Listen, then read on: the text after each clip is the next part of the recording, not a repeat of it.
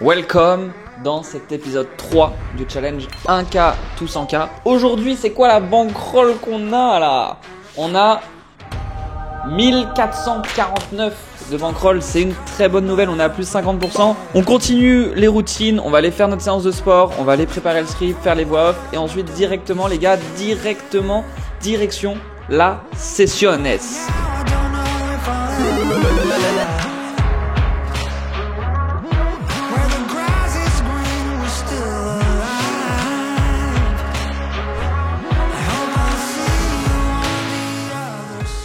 On arrive au Divi Casino, je me pose en 1-1 et magnifique, les joueurs ont en moyenne entre 50 et 100 $ de stack, ce qui veut dire qu'on va pouvoir jouer plein de petits pots et qu'on va pas tout de suite jouer des gros pots, ce qui est plutôt cool pour le challenge. Je dépose 200 $ pour être un peu plus deep une fois que les mecs vont doubler et rapidement je vais me retrouver à jouer un petit flip avec paire de 9 contre as dame off.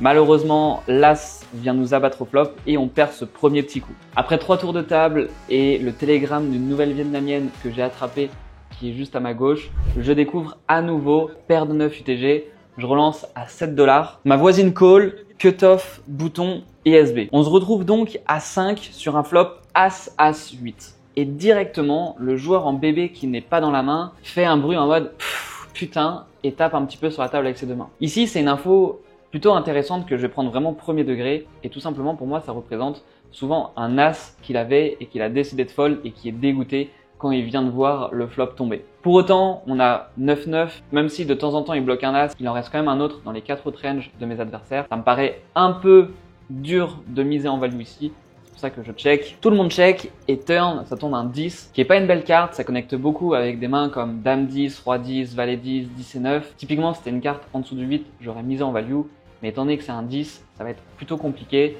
Je check et le joueur au bouton qui est assez vieux, je pense, je lui donnerais à peu près 90 ans, mise 21 $. Joueur en small blind fold, ça arrive jusqu'à moi. Et ce qui est assez intéressant ici, c'est que j'ai une info sur lui. 2 mains avant ça, je l'ai vu fast play avec As-Valet sur Valet 5-5 où il avait directement repris l'initiative dès le flop.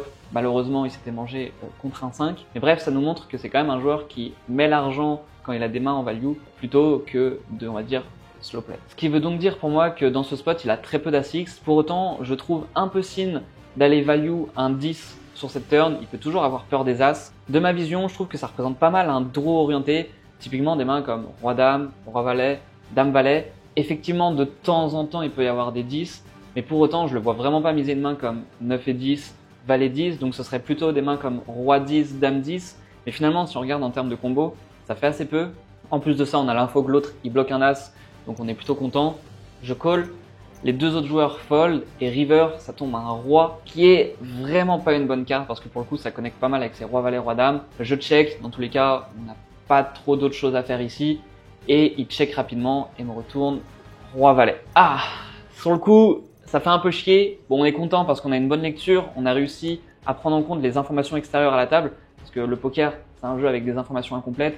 Le fait d'avoir repéré que le joueur en bébé, typiquement, ça le faisait chier de pas être dans le coup dès le flop, ça nous permet d'avoir l'information qu'il n'y a pas d'as. Et typiquement, si j'ai pas cette information-là et qu'en plus de ça, j'ai pas la note que j'avais prise juste avant sur ce joueur au bouton, j'aurais tout simplement fold à la turn parce qu'il y a encore trop d'as-X dans les ranges. Et pour autant, ça nous permet de faire un call qui est extrêmement profitable. Malheureusement, river, on a été pas récompensé. Mais c'est pas grave, la prochaine fois, ça va passer. Et c'est justement ce genre de petit coup, le fait d'être observateur plutôt que d'être sur Instagram à liker des culs ou à regarder le match de NBA, le fait de prendre des notes pendant qu'on joue sur les adversaires, ça rapporte vraiment beaucoup d'argent. À la suite de ça, je me retrouve à check raise all in au flop avec mon tirage couleur max. On repasse donc à 200 $ de stack. On est break-even sur la session pour l'instant jusqu'à ce que je découvre roi valet off en small blind. Il y a un nouveau joueur qui vient d'arriver en milieu de position qui relance à 2. Je sais pas trop comment l'interpréter.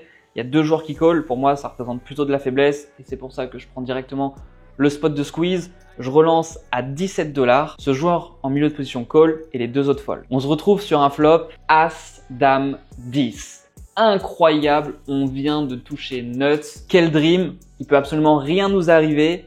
Je check, l'idée c'est qu'ils mettent le plus rapidement de l'argent au milieu pour que je puisse le relancer. Je préfère check raise plutôt que bet et être pas sûr de pouvoir tout lui prendre. Si je check, qu'il mise et que je raise, directement il va pouvoir envoyer pas mal avec ses As-X, alors que si turn ça vient un roi, un valet, une doublette, ça va être des cartes qui vont être scary pour lui, il peut avoir peur et donc je risque de pas tout prendre à ses As-X. J'opte donc pour la line de check, il bet 20 $, parfait, tout se passe comme prévu, je relance à 50 $ et... All in! Let's go!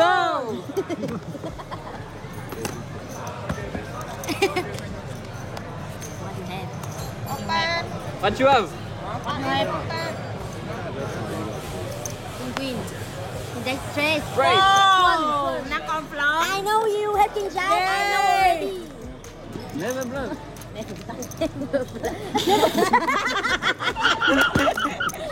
Quelques mains plus tard, je découvre As-Valet suité au bouton. Il y a le coréen au hijack qui relance à 6. Ici, on a une très belle main, on va être en position. Je relance à 20 $ pour faire grossir le pot. Il call et on se retrouve sur un flop roi 10-9 avec notre tirage couleur. Pour l'instant, on n'a rien, mais on a quand même une main avec beaucoup de potentiel. Typiquement, une dame, ça nous donne straight, un trèfle nous donne la couleur et potentiellement même l'as nous donne la meilleure main. Il check, je mise 20 $ pour commencer à mettre de la pression contre ce joueur. Également, je suis assez content de faire fold des 9x, content de faire fold des mains comme paire de 7, paire de 6, paire de 5. C'est quand même des mains qui ont de l'équité contre notre main. Il call, turn, ça tombe un 2 qui change pas grand chose. Il peut y avoir deux stratégies, on peut décider de continuer de miser, on peut check. Maintenant, à ce moment-là de la session, j'ai une image qui est vraiment pas terrible contre lui, où j'ai montré plein de bluffs, ça rigole pas mal à la table et ça se chauffe un peu. En plus de ça, il a énormément de paires plus draw dans sa range et ça, c'est des mains qui vont pas fold. Donc, je préfère pot de contrôle, check et aller voir une river gratuite. River, ça tombe un 4 qui malheureusement est une totale blanque également. On joue tout le paquet, mais cette fois-ci, on l'a pas touché. Il check à nouveau et ici dans ce spot avec toutes ces paires plus draw, en plus de ça, mon image, j'ai vraiment pas l'impression que c'est un bon spot de bluff. Je me sens pas trop d'aller le titiller à ce moment-là de la session et je préfère tout simplement give up mon spot. Je check back lâchement et il me retourne. 6-6. You call on the flop. Why, yeah. Ok. Bon, genre là, typiquement, je me dis ok, mon image elle est vraiment catastrophique parce que pour qu'il colle paire de 6 sur roi 19 avec un flush draw, c'est tellement ambitieux que là, techniquement contre lui, je vais plutôt jouer en value, me reconstruire une bonne image avant de reprendre des spots de bluff contre lui. Quelques mains plus tard, je découvre un beau 7 et 9 off UTG. Je call, je vais avoir une strat de limp extrêmement large sur ce genre de table, étant donné que ça ISO très peu. On va aller voir des flops, ça va très bien jouer. Les joueurs sont honnêtes, on va pouvoir rebluff ou catch. C'est pour ça que j'ai des ranges de limp extrêmement larges. Je suis en train de tester. On va voir à quel point je prends des notes. Je suis en train de calculer les différentes EV pour justement par la suite voir comment je vais adapter ça en fonction des positions. Donc actuellement, on est en phase de test. Je limp mon 7 et 9 off UTG qui est pour le coup extrêmement exploitant. Pas besoin de vous faire un dessin. Il y a 3-4 joueurs qui call et le joueur en bébé relance à 6 $. Le joueur en bébé, c'est notre nouveau Némésis, ce fameux coréen. On a une dent contre lui. On va pas se laisser faire comme ça. Je call et le joueur au cutoff call également. On se retrouve sur un flop 9-5-3 avec un tirage couleur. Le joueur en bébé check. Ici, on a top pair. On va vouloir tout de suite miser en value contre des paires inférieures, des 5x et également deny de l'équité à des 2 over. Je mise 10 $. Le joueur au cutoff fold et le joueur en bébé call. Turn, ça tombe un 7 qui ouvre un deuxième flush draw. Il check à nouveau. Elle est incroyable. Maintenant, on vient de faire double paire. J'envoie 25 en value sur tous les flush draws, toutes les gut shots possibles, les paires inférieures. En plus de ça, notre ami coréen, il est extrêmement CS, donc on est assez content de size up. Je mise 25, il call. River, ça tombe un as et c'est la flush runner-runner qui hit, ce qui veut dire la flush de la turn qui s'est ouverte qui hit à la river. Et là, il me donc 50 $. Le pot fait aux alentours des 90 $. Il mise 50 $, soit un demi-pot. J'ai la sensation qu'il y a pas mal de mains comme As-10, As-Dame, As-Roi, typiquement, que ce soit avec le flush draw du flop, mais également les offsuits. Je serais vraiment pas étonné de voir ce genre de combo décider de donk sur la turn. De temps en temps, il a des flushs. Pour autant, c'est une line qui est beaucoup pris en bluff. Il peut aussi avoir les mains comme As-2, As-4, qui avaient des gut shots qui avait des gutshots au flop et qui viennent de toucher river.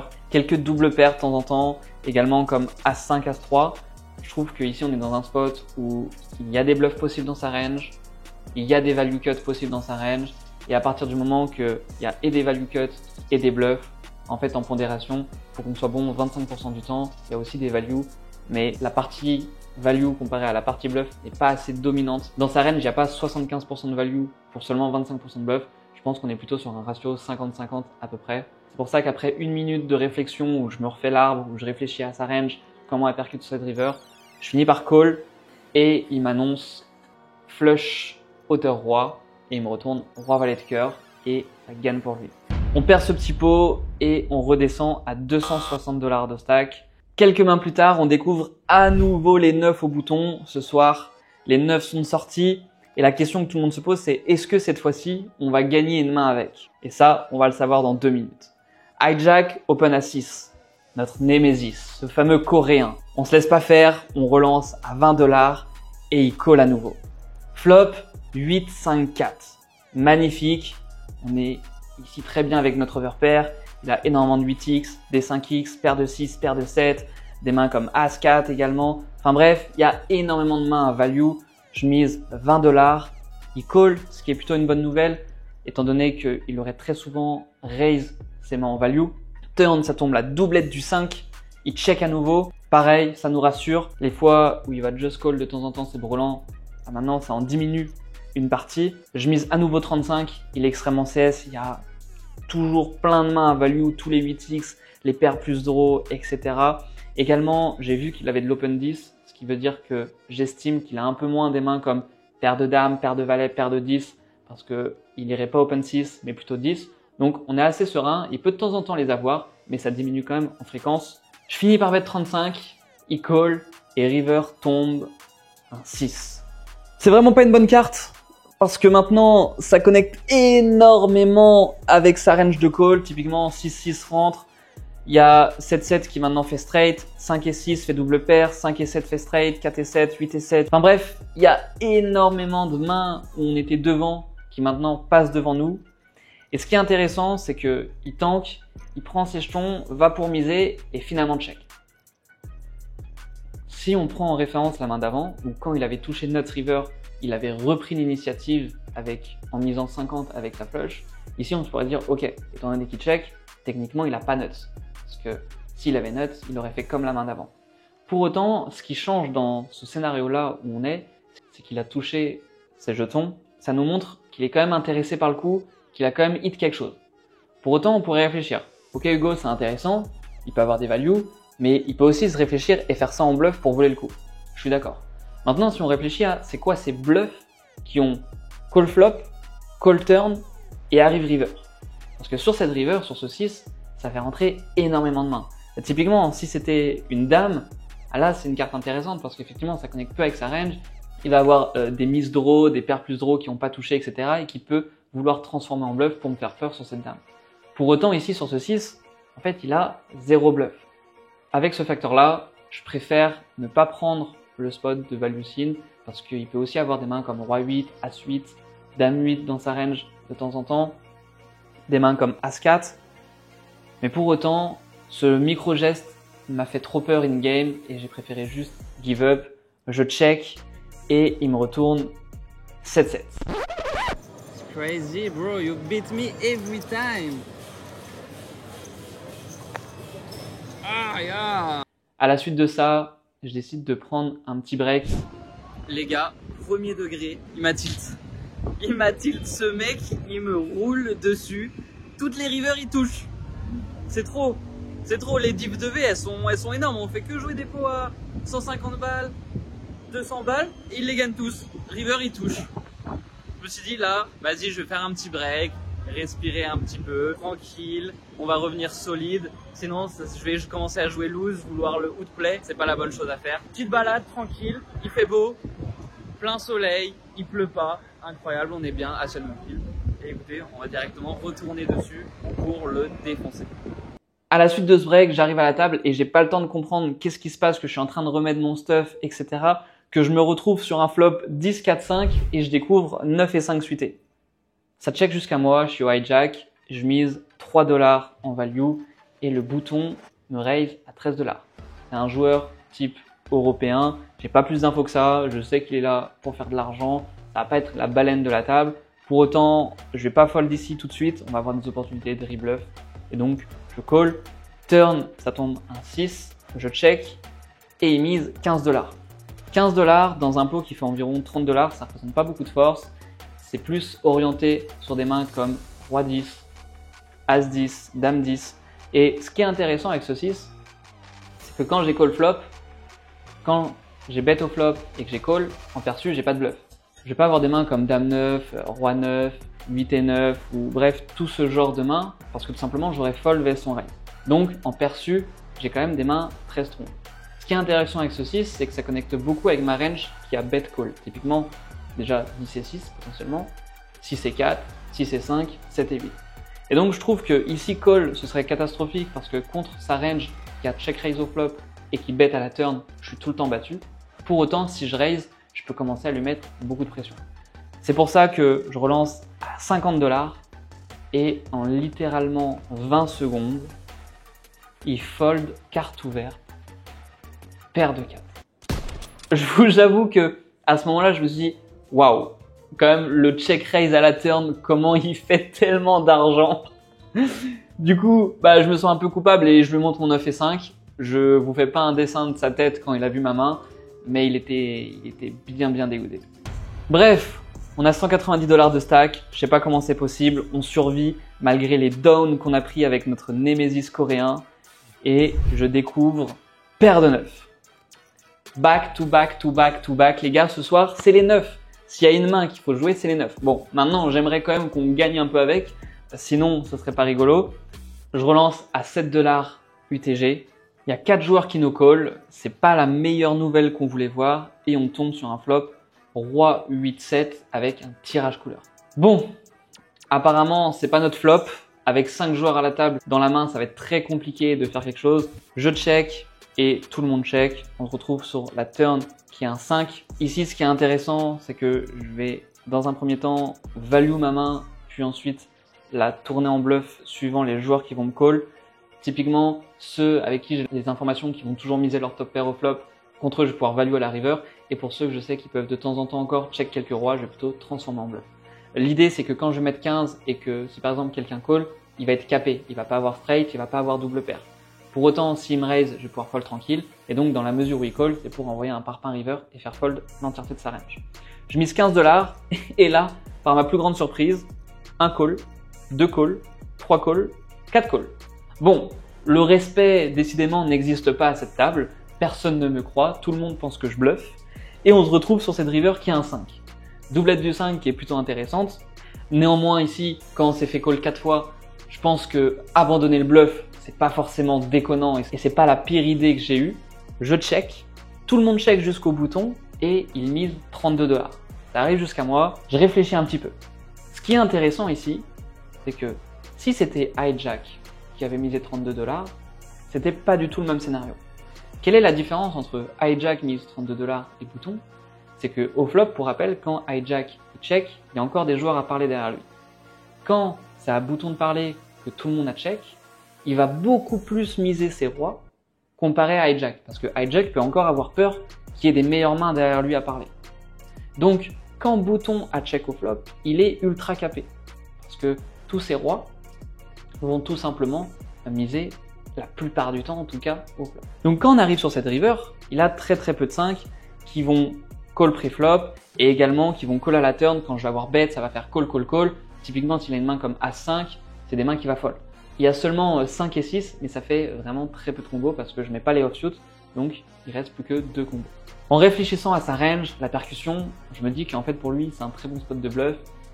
Étant donné que tout le monde a check à nouveau river, il peut vouloir prendre le spot et vouloir faire fold des low rois ou même des petites paires. Donc après réflexion, je me rends compte que sa range, elle est ultra weak et je call.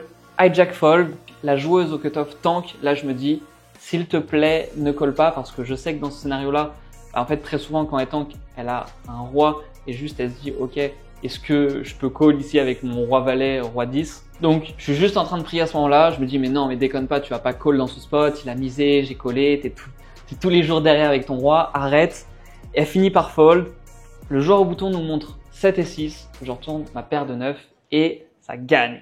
Ce petit coup qui nous met vraiment bien et qui fait bien plaisir, on a réussi à très bien s'en sortir avec cette belle petite paire de 9. Main suivante, je découvre paire de 9 contre le coréen.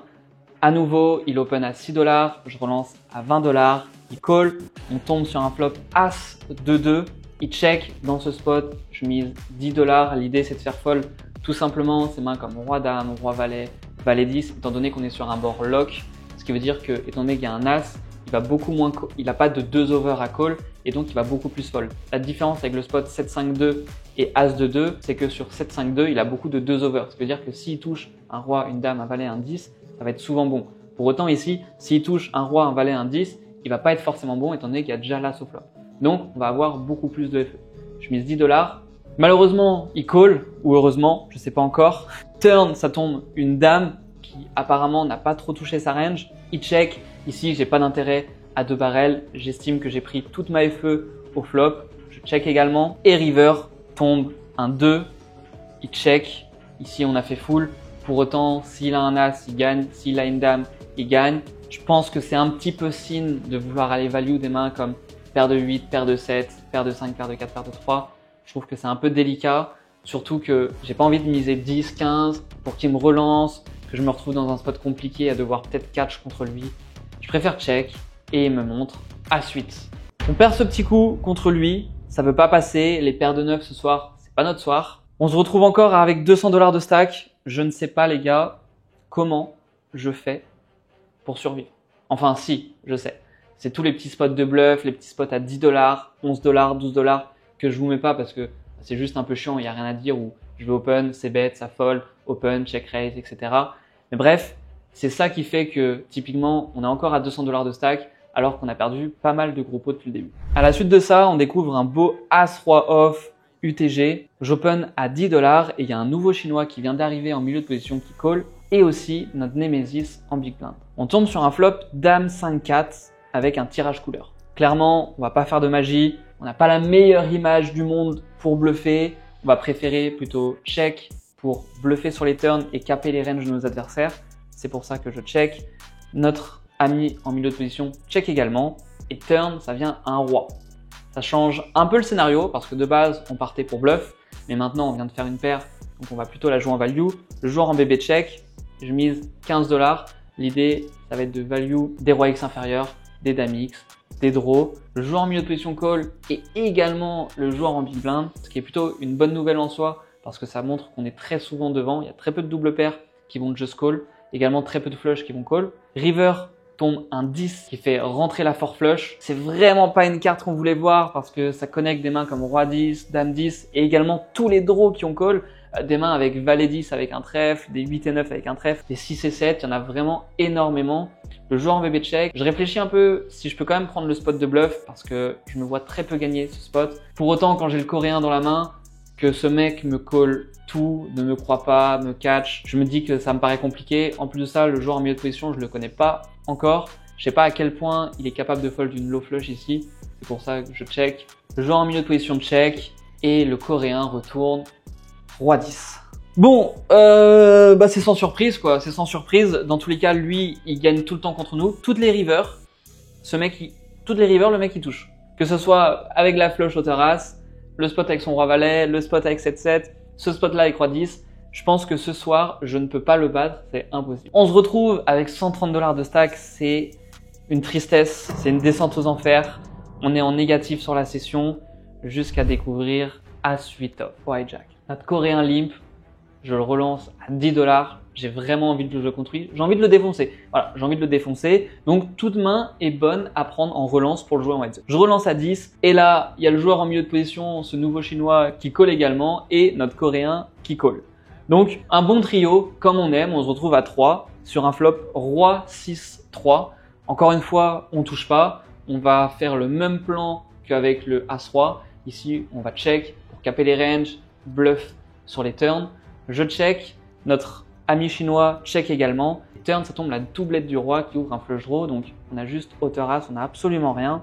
Notre ami coréen check, dans ce spot, c'est une très mauvaise carte à prendre en bluff Ce sera les rares cartes où je vais pas bluff tout simplement parce que je vais avoir beaucoup moins de FE, la doublette du roi, je représente moins de rois en perçu, notre coréen qui est plutôt CS, alors que si typiquement ça avait été un 8, un 7, un 6, j'aurais pu juste faire 2 fois pot et prendre ma FE directement. Pour autant, ce roi il est pas beau, je check et notre ami chinois mise 15 $. Coréen fold, ça arrive jusqu'à moi. Et dans ce spot, encore une fois, il était en position IP, c'est un peu le même scénario qu'on a eu tout à l'heure avec notre ami qui avait transformé le 7 et 6 en bluff quand j'avais paire de 9. Il y a beaucoup de spots avec paire de 9, mais où river on a call, c'est 32 $. C'est un peu la même chose ici. Au flop, je l'imagine vraiment très peu check des rois X, et c'est pour ça que le bet à la turn en bluff est très profitable, parce qu'il se capte quand il check au flop. Donc il peut de temps en temps avoir des low pairs, paire de 7, paire de 8 jouées comme ça, des 6X, mais ça représente peu par rapport à tous les draws possibles. Il y a des flush draws, il y a des gut shots, il y a des open-ended. Je me vois vraiment pas fold. Je colle mon auteur as. River, ça tombe un 3, qui est pour le coup une carte assez intéressante. Je check et il mise 35 $. À savoir que si on fait l'étude de data, les bords à double doublette sont très peu bluffés en général, parce que justement, ils vont s'attendre à se faire beaucoup catch. Pour autant, c'est un joueur qui est aggro, qui est là, qui joue littéralement toutes les mains quasiment depuis le début. Je le vois vraiment pas give up son bluff. Si c'était un profil plutôt standard, type un peu européen entre guillemets, ça va beaucoup plus check back ce genre de texture. Pour autant, ce type de joueurs-là, un peu plus asiatiques, vont continuer à les bet. En plus ça, il y a toujours ces flush draws qui miss, il y a toujours les gut shots, les open-ended. Je me vois un nouveau pas fold. Je colle, on n'est pas non plus extrêmement content. C'est quand même un spot où, parce que si on se trompe et que ici, il a jamais de bluff, bah, c'est catastrophique. Donc on n'est pas hyper content. Pour autant, il y a quand même beaucoup d'indicateurs qui nous poussent à call. C'est pour ça que je finis par call. Et directement, il muck ses cartes. Et donc, on gagne ce petit pot. Grâce à ça, on repasse à 200 $ de stack. Et rapidement, le dealer va m'envoyer un beau roi 5 suité UTG. Magnifique, on a nuts. Je call, hijack call aussi, et le joueur au cutoff qui est un nouveau joueur qui vient d'arriver, qui joue avec à peu près 100 $ devant lui, qui a l'air assez nerveux. Honnêtement, je sais pas s'il prend de la drogue, mais il a l'air assez excité. Relance à 6 $, je call et le joueur hijack call. On se retrouve donc à 3 sur un flop As-Roi 3 avec un tirage couleur. Je check, le joueur hijack également, et ce joueur au cutoff mise 6 $. Bon. Il fait un tiers-pot. Ici, on a notre backdoor flush draw. En plus de ça, il y a pas mal de draws intuitifs. Il va de temps en temps avoir des As-X. Je call une fois. Le joueur hijack fold. Turn, ça tombe un 6 qui ouvre un deuxième flush draw qui est le nôtre, qui est plutôt beau. Maintenant, on a seconde paire plus flush draw. Je check et il mise 26 $. Vous pourrez croire qu'on est quand même assez bien, mais pour autant, il fait un sizing qui est très cher. On n'a que deuxième paire. Ok, on a un flush draw, on a un peu d'équité. Mais ici, il a très souvent un As-X. Également, il peut avoir des draws qu'on domine comme des valets 10, dame valet avec le flush draw du flop et même potentiellement sans. La question que je me pose, c'est juste si je touche, par exemple double paire ou flush, est-ce que je lui prends tout? Et c'est en fonction de cette réponse que je vais soit call ou soit fold. En me posant cette question in-game, je me dis que si je touche flush ou si je fais double paire, je vais absolument tout lui prendre parce que juste il est trop excité et je le vois pas fold d'une main comme potentiellement double paire, également une main comme As5, As7, As8, As9, As-Dame, As-Valet. Et donc, pour toutes ces raisons, je call en croisant les doigts évidemment de toucher un cœur. River, ça tombe un 10 qui fait rentrer notre couleur. Magnifique. Je vais pour miser et finalement, je me rends compte que avec les jetons que j'avais, j'étais pas sûr de le couvrir. Et c'est pour ça que je reprends quelques jetons en plus pour finalement le mettre all-in. Et on voit que ça l'a presque trigger, il était déjà prêt à call. Ce qui peut être intéressant, c'est tout simplement la prochaine fois de peut-être le faire en bluff, voir si je suis prêt à mettre les jetons et finalement vouloir en récupérer d'autres. Ça peut nous montrer une indication qu'il était prêt à tout mettre parce que pour le coup, j'avais à peine levé les jetons qu'il avait déjà ses mains sur les siens et prêt à les mettre au milieu. Bref, je fais all-in, comme vous avez pu le voir directement, il snap call et il me montre As-Dame off. On gagne cette dernière main. On finit la session avec 303 $ en 7 heures de jeu. Je finis donc la session avec un bénéfice de 103 $ en 7 heures de jeu. La bankroll augmente pas mal. On va quasiment dépasser les 1600 très prochainement. Après ça, je suis rentré et tout simplement, je suis parti me pioter. Les journées de 14-15 heures commencent à bien taper. J'espère que vous avez kiffé la vidéo et les gars, on se dit à très vite. Ciao!